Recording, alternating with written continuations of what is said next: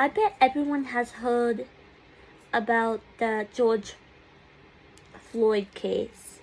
We all can agree on one thing about this case, is that his death could have been prevented, and he definitely could have been apprehended a lot differently.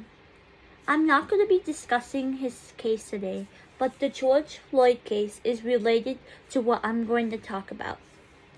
Today, I'm going to convince you that police officers need more training before going out and protecting us from harm. First, I will be talking about how police officer training is not enough compared to other jobs.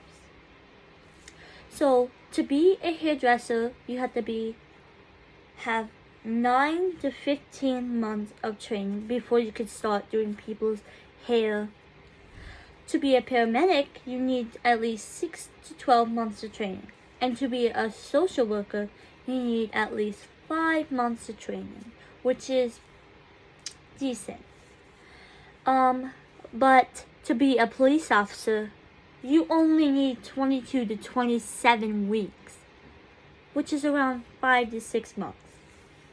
Then they send them out with a firearm and a taser by their side to protect us, even though they're getting less training than a hairdresser, which deals with scissors and hair dye. Well, a police officer gets a gun. Okay, that doesn't make sense. Let's go to point 2. Police brutality has devastating effects. Some examples of police officers doing bad things is when I actually read an article that said 2 police officers got into trouble after arresting a 73-year-old woman with dementia after she accidentally shoplifted $14 worth of merchandise.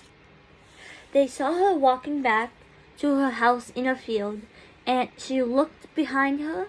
She saw them, and she kept walking. But the police officer went up to her, grabbed her arm, and shoved her to the ground. And he said, "I don't think you want to play it this way. You just left Walmart. Do you really want to get arrested?"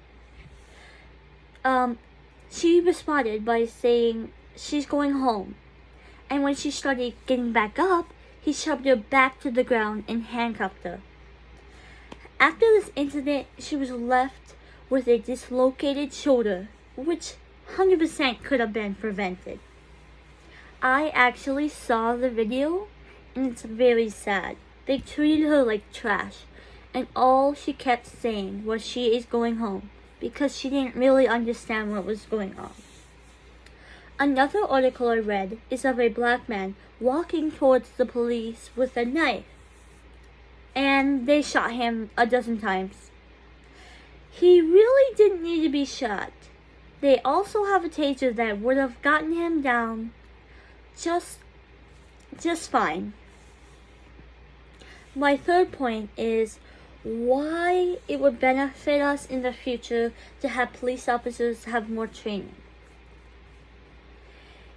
They really need training in taking people down, or how to learning how to bring people down without using a gun. A lot less people will be hurt or killed. Police officers also would be less scared of their life and won't automatically shoot if they know how to apprehend people better. Police officers also need to be taught on how to use less force when taking people down, because the amount of force they are using now is really hurting people. In the future, they also should get more training. In the future, if they get more training, less people will get hurt. That means less riots and protests about police officers will happen. When less riots happen, then less people get hurt when they aren't at the riots. Maybe in the future we will see police officers more respected and less feared by people of color. In conclusion, if police officers have more training, it would reduce errors and police brutality. It would benefit us in the future.